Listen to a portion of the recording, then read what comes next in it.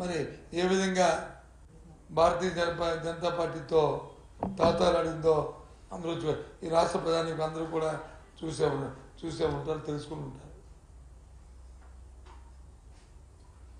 ఒత్తిడి చేసుకోవడం, ఓ పార్టీని కలిగి ఉండడం ప్రజాస్వామ్యంలో సహజం. కానీ ఈ రకంగా ఎంపర్లు ఆడుకుని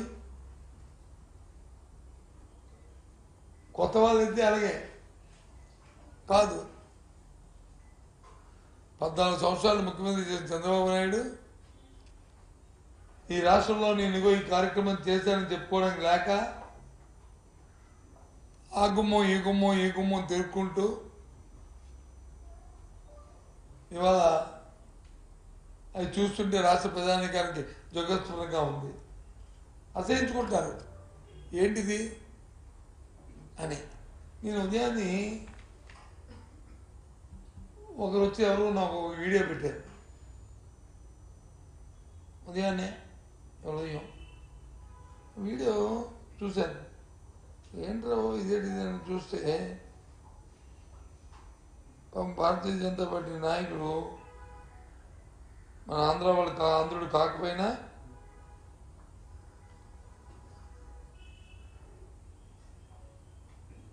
ఆయనకున్న వచ్చిరాని తెలుగు మరి ఆయన కండస్థ పెట్టుకుంటూ చూడండి.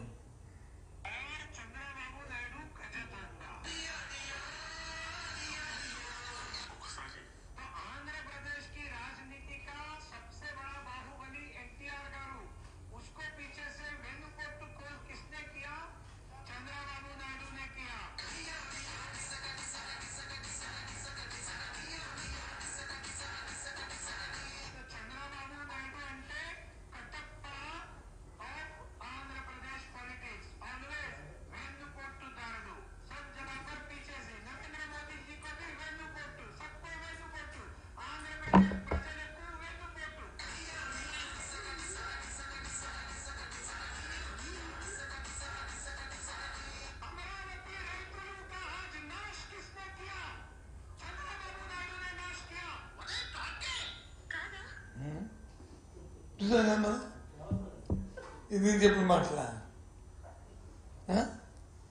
ఏ రకంగా ప్రజలు ఏ రకంగా ఏమనుకుంటారో అండ్ ఆంధ్ర రాష్ట్రంలో 5 కోట్ల మంది ప్రజలు పిచ్చివాళ్ళు అనుకుంటారో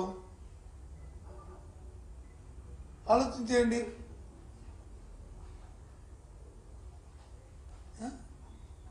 కానీ ప్రజాస్వామ్యంలో 2 పార్టీలకు వెళ్ళడం, 2 పార్టీలు వెళ్ళిపోవడం, పుత్రులకు వెళ్ళడం అని అది వేరు. ఇదంతా ఎప్పుడు ఒక 3 నెలల కింద జరిగిన సంఘటనలు.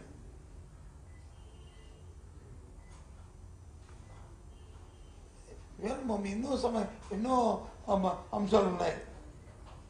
అధికారం ఉన్నప్పుడు దాని గురించి ఆలోచించలేదు, ఇప్పుడు పొత్తులు పెట్టుకున్నప్పుడు దాని గురించి ఆలోచించట్లేదు. రాష్ట్రం తాలూకా అంశాల పట్ల ముఖ్యంగా మన స్టీల్ ప్లాంట్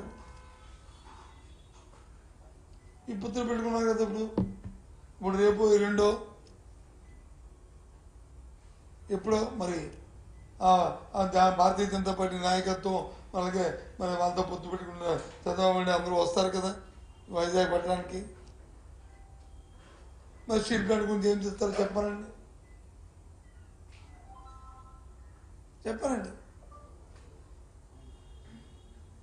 ఏమి ప్రజలకి ఏమి నిర్ణయిస్తారో అసలు ఎక్కడ ఒక ఎథిక్స్ లేకపోతే, ఆలోచన లేకపోతే ఎన్నో మాట్లాడారు మా ముఖ్యమంత్రి జగన్మోహన్ రెడ్డి గారు. అధికారం అనేది కాదు ముఖ్యం, చరిత్రలో ఏదైతే ఆ యూనిక్ పేజీలు ఉంటాయో అందులో నా పేరు కూడా ఉండాలని కోరుకుంటాను తప్ప అధికారం కోసం వెంపర్లాడను అనే మాటని నేను చెప్పారు. దాన్ని వక్రీకరించుకొని బతికి వచ్చి ఏదోదో పాపం అమాయకంగా ప్రజలు అమాయకులు అనుకుంటున్నారా? అది ఛాలెంజ్. ఆ మాటలు దేనికి అన్నారంటే ఛాలెంజ్ కోసం, అతని స్థైర్యానికి, అతని ధైర్యానికి.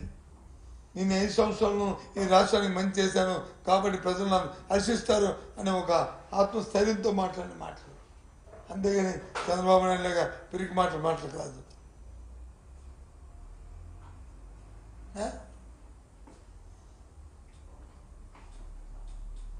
చెప్పండి. కాబట్టి ఏది ఏమైనప్పటికీ కూడా ఈ సభలో విజయంతో అవడం, ఈ పొత్తులు చూసి ప్రజలు వచ్చి అసహించుకోవడం, ఇంకా మొన్న వచ్చిన ఏదైతే వైఎస్ఆర్సీ పార్టీకి ఇప్పుడు ఉన్నాయో సీట్లు ఉన్నాయో 151, దానికంటే 175 కూడా రేపు ఛాలెంజింగ్గా వచ్చే పరిస్థితులు రాష్ట్రంలో ఉన్నాయని చెప్పడానికి అసక్తి కాదు.